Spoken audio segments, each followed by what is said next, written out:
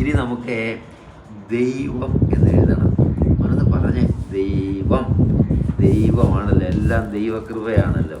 അത് ദൈവം. ദൈവം. ശരി.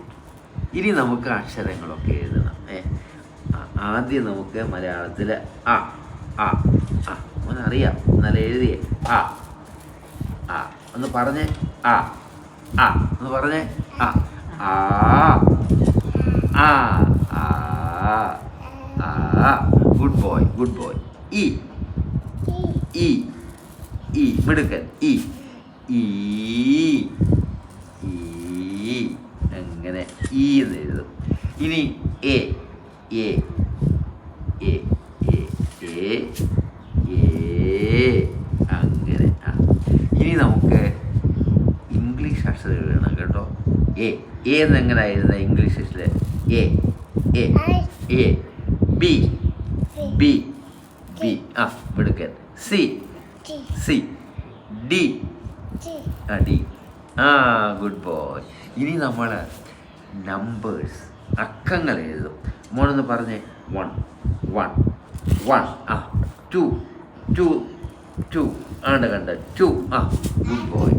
3 3 3 3 4 4 4 5 5 5 അങ്ങനെ നമ്മൾ അക്ഷരം എഴുതി ഇനി നമ്മൾ ഒടുവിൽ കുരിശു വരച്ച് നമ്മൾ അവസാനിപ്പിക്കും കേട്ടോ.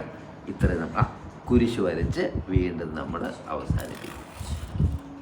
Good boy, good boy. ഇനി അച്ഛൻ തലയ്ക്ക് കൈ പിടിച്ചത് പ്രാർത്ഥിക്കും.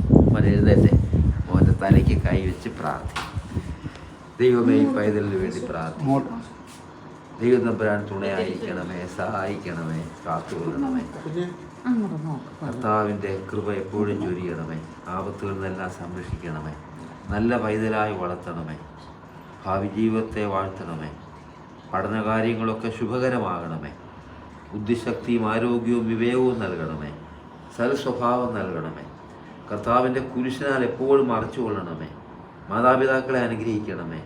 കുടുംബത്തിൽപ്പെട്ട എല്ലാവരെയും വാഴ്ത്തി അനുഗ്രഹിക്കണമേ. നല്ല മകനായി യേശുക്രിസ്തുവിന് പ്രിയപ്പെട്ട കുഞ്ഞായി വളരുവാനിടയാകണമേ. പിതാവിൻ്റെയും പുത്രൻ്റെയും പരിശുദ്ധാത്മാവിൻ്റെയും നാമത്തിൽ